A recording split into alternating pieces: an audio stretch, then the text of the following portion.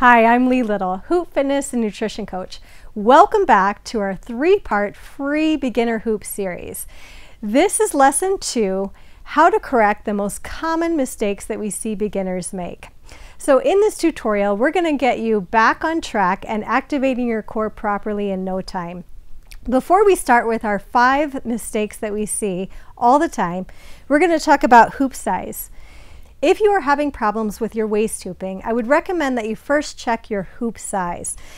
Your fitness hoops are typically going to be larger and a little bit heavier. They're going to rotate slower, and that's going to give you time to master the movement that we talked about in lesson 1, how to waist hoop properly. The smaller, lighter hoops that you often see in toy stores and drugstores are going to spin so quickly. These hoops are so light, it's really not going to give you time to learn the proper movement and proper core activation. If you'd like more information on what size hoop we really recommend for what you're trying to achieve with your hooping, you can click the link below and it'll take you to a great article and give you exactly what we recommend in terms of hoop size. Mistake number 1, we're going to call the wild spin.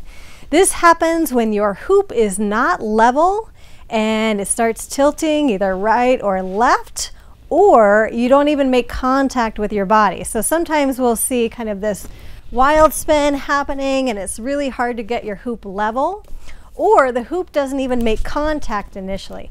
And remember, we want to push that hoop in so that it's making contact with your tummy at least a few times before you ever start pushing.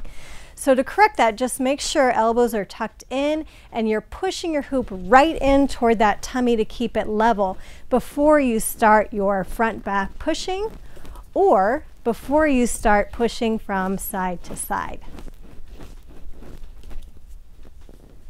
Mistake number 2, we're going to call this back pushing.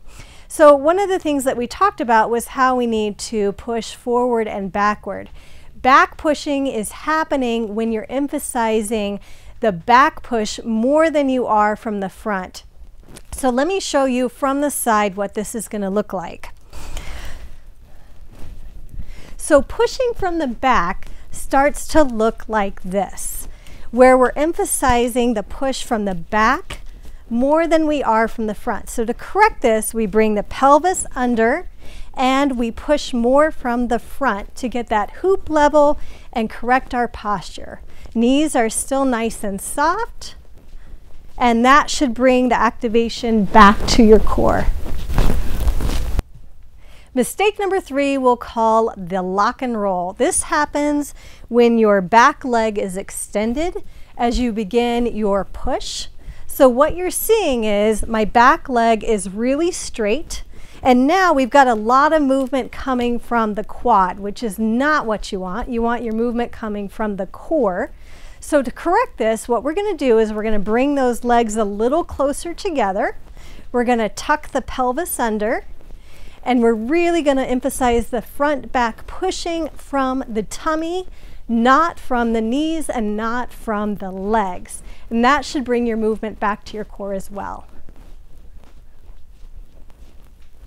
Mistake number 4 we will call the roll. This happens when we're not paying attention to the forward, backward, or side to side linear push points, but instead we're trying to mimic the movement of the hoop as it rotates around the body. But what that does is it's automatically going to make your hoop drop. So let me see if I can mimic this for you. We're going to give it kind of a big spin, and then we're going to roll the body. So instead of keeping our hoop nice and level and spinning, it's just automatically going to drop. So let's do it again in forward stance. We're going to give the hoop a spin, and we're going to roll our body, and it automatically drops. So to correct that, I just really want you to think about pushing in that forward and backward line.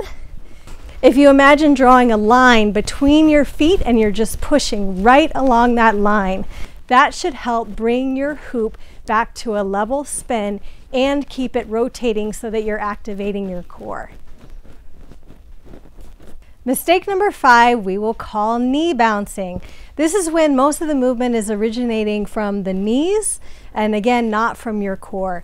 And it could look something like this. So you start the hoop spinning, and most of the movement is coming from this knee rocking. So to correct this, stand up, tuck the pelvis under, and then focus on pushing from your core.